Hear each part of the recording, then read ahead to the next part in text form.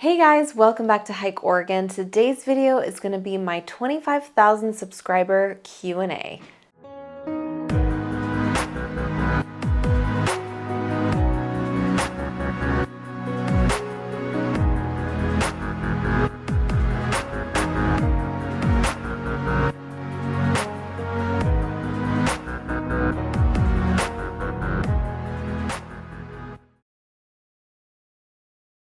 If you are new here, welcome to the Hike Oregon channel. I make hiking and backpacking vlogs as well as gear reviews and just general tips and tricks videos to help you become a more confident hiker and backpacker. If you enjoy content like that, click that red subscribe button as well as the notification bell so that you are notified every time I make a new video. And if you want more content from me, you can always support me over on Patreon, where for as little as just $1, you get 2 extra videos a month. So I have not done one of these Q&A videos since I hit 10,000 subscribers.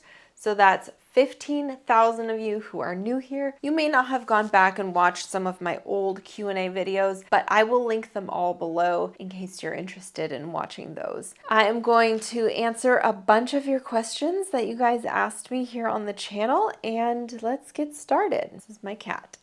The first question is, are you married, children, age, family, etc.? So again, if you are new here and know nothing about me and just have watched kind of my gear review videos or my informational videos, you wouldn't know any of this information. So I have a fiance. I don't have children quite yet. I am 36 years old. As far as family goes, my mom and stepdad live here in town, as well as my sister, and my brother lives in a nearby town. And then the rest of my family, my dad, my other brother, all of my grandparents, aunts and uncles, they all live in Germany. Would you ever bushwhack to a remote location, or do you prefer established trails and campsites? So I always do my best to camp at established campsites. That is one of the leave no trace principles, to camp at established sites and also to walk on durable surfaces. So, I'm not going to go making a user trail on really soft soil or like through a meadow or something like that. If it's just tromping through the woods to go find like a little lake that's nearby or something, people go off trail all the time.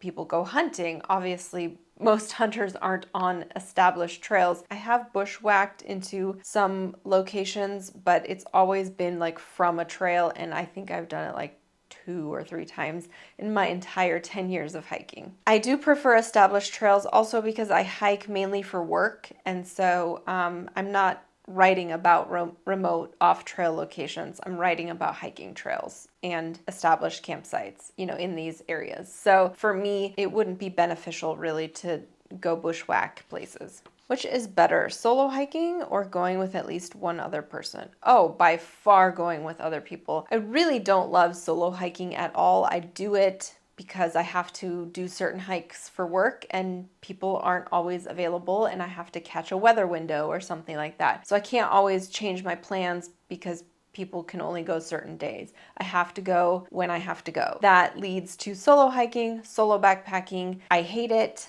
An occasional solo day hike is fine because it lets me, clear my head and process stuff and whatever, but it's always more fun to go with friends and to share that experience, and especially backpacking. I think backpacking is awful by myself. When researching new places to hike and camp, what resources are the most useful? Things like word of mouth, websites, Google Maps, paper maps, etc. So I love word of mouth mainly through social media.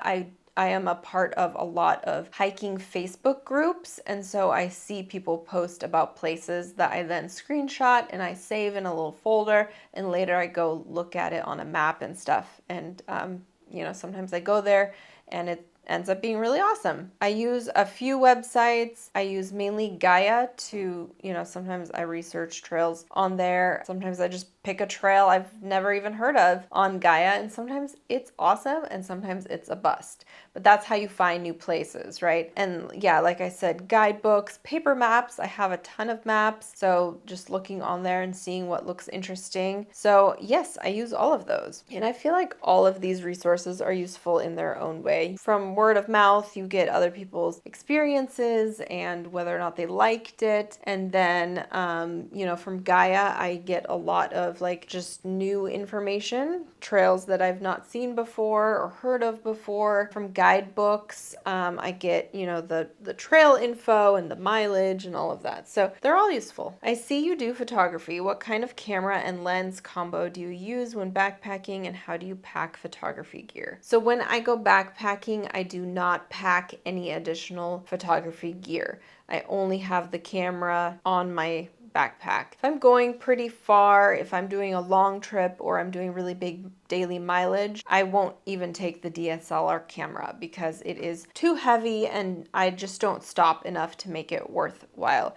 I don't take any other lenses when I go backpacking because I will not stop and take my big backpack off to go dig out a lens, and then it's just extra weight that I'm carrying. For day hikes, I do take a macro lens, which I have not used in so long, and then I also take a zoom lens. And I do change those out, especially the zoom lens if I'm, at a viewpoint and I need to or want to zoom into a mountain or something like that. Another camera question. Recently you mentioned not always taking your DSLR because it's heavy. Have you ever considered getting a mirrorless camera? Asking because I'm considering it but haven't wanted to pull the trigger. I do have a mirrorless camera. I have a Sony that I'm actually filming on right now. I don't really know why I don't take it on trips to take pictures with. I guess I could. I just haven't really played around with it. Also, the only lens that I have for the Sony is not really ideal for landscape photography. So I would have to get another lens, which I don't really feel like spending money on considering I have the DSLR. You've talked about wanting to have kids. What kind of changes do you foresee wanting or having to make with your business once you have a baby? That is a good question. I feel like Hike Oregon has kind of been slowing down just naturally. I don't know that I'll have to make a lot of changes to my work week. The only changes that I foresee happening is that I'm just not going to go on as many trips or hikes. That will slow down, but as far as like working in my office, I don't know that that will slow down a ton just because I can do a lot of the online work while I have the baby. Obviously, it's a little harder when they, become mobile and like walk around and crawl and all that. So, but that will happen slowly over time. So I can make those changes as they come. I don't have to make them like as soon as I have the baby. I will probably batch more content. If my mom watches the baby like once or twice a week, I really have to like work super hard on those days and just like batch a bunch of stuff. And then the rest of the days I'll just, do like light stuff like replying to emails and social media comments and stuff like that. Have you hiked in any other states? And if so, what was your favorite place outside of Oregon to hike? I have hiked in Utah, California, Washington, Georgia, Tennessee, but my favorite place obviously is California. I love California. I would love to live in California. I absolutely love California. I love hiking there. I love to hike, but I have rheumatoid arthritis. What kind of training recommendations would you recommend for a person who is physically impaired in order to prepare for a hike? The best training for hiking is hiking, but if you can't hike multiple times a week, definitely just try to walk in your neighborhood or on a treadmill or, even get a stationary bike. That will increase your cardio abilities. Arthritis. So once you're on the trail, I highly recommend you hike with trekking poles. Those are super helpful for all kinds of impairments, or even if you don't have impairments, they're super helpful. But I know for me, they help me with my back pain, take some of the like stress off your legs and joints in your legs and stuff. So kind of distributes everything to your upper body as well. And then, just make sure your pack isn't too heavy. I take a lot of stuff in my day pack just because I have the camera gear and stuff. Make sure you have a light pack. Do take the 10 essentials though.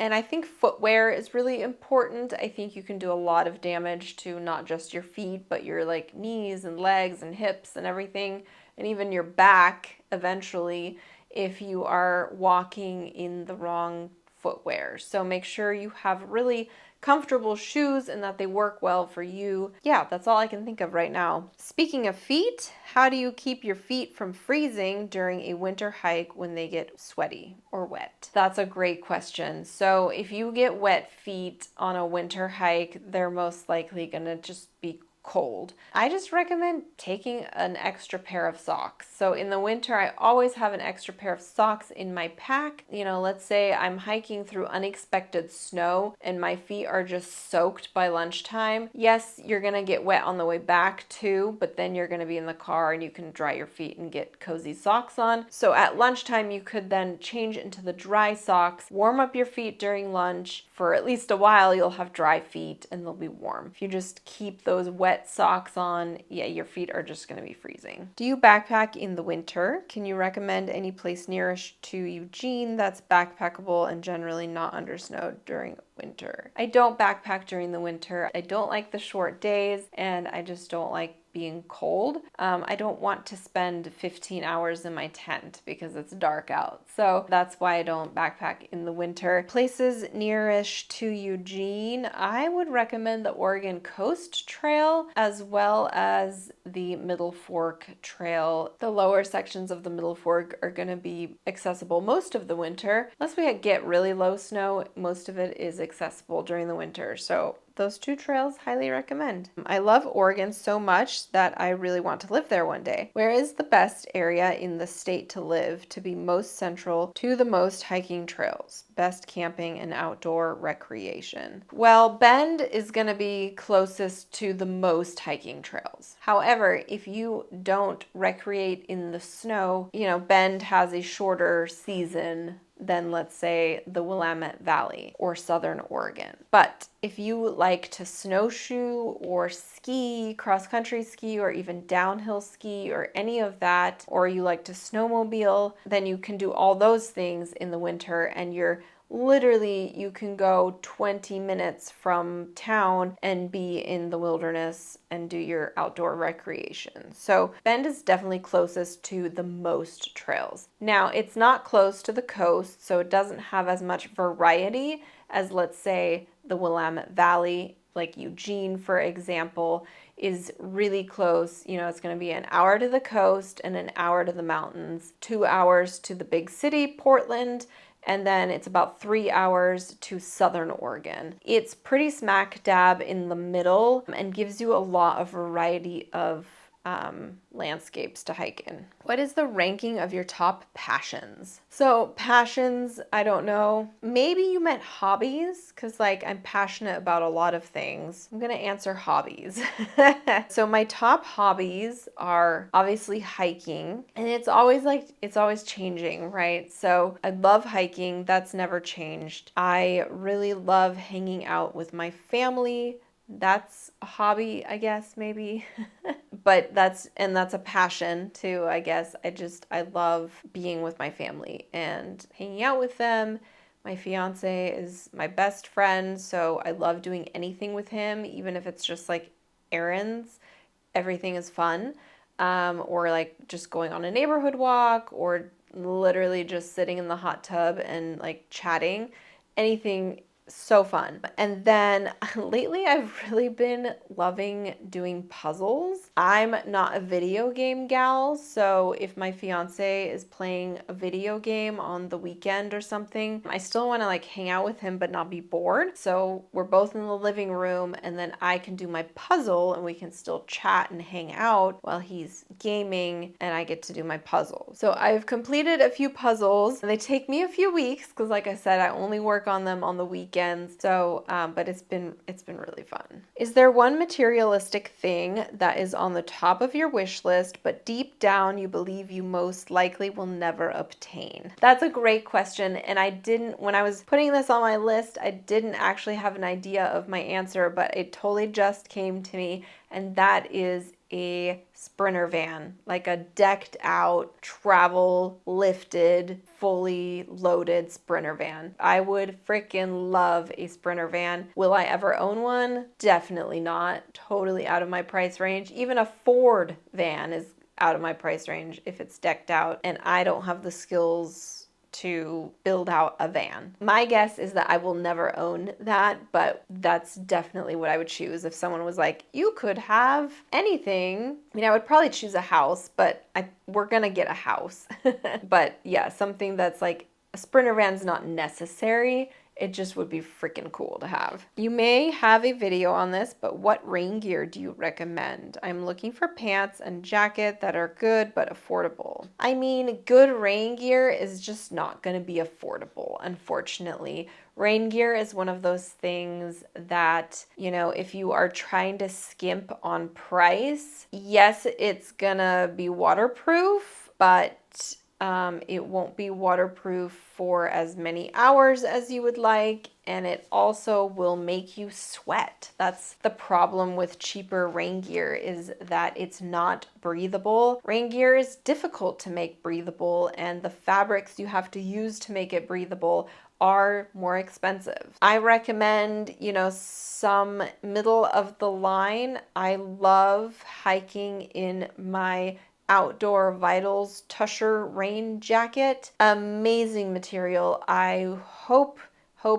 that one day they make rain pants in that material, because those would be really great rain pants, because they would be more durable than the Z-Packs rain pants, which I recommend. Those are the only rain pants that I've ever been able to hike in and not sweat to death. The problem with a lot of rain pants is you put them on, you're hiking, same with rain jackets, you're hiking, and next thing you know, you are wet on the inside because you're just sweating and it's not breathable. So the Tusher rain jacket from Outdoor Vitals and the Z-Packs Virtus rain pants. Highly recommend both of those. And then my last question already is, where will your puppy's first hike be? I think I'm gonna take her on the South Willamette Trail just because it's close to town, it's flat, you know, there's some creeks and stuff, and yeah, I think it's just a good place to take her for the first time. I don't want to take her somewhere super busy like Spencer's Butte, which obviously is way closer to my house, but I don't want to overwhelm her because it'll be her first hike, and then I don't want there to be people and other dogs. So South Willamette Trail, I think, is going to be her first hike.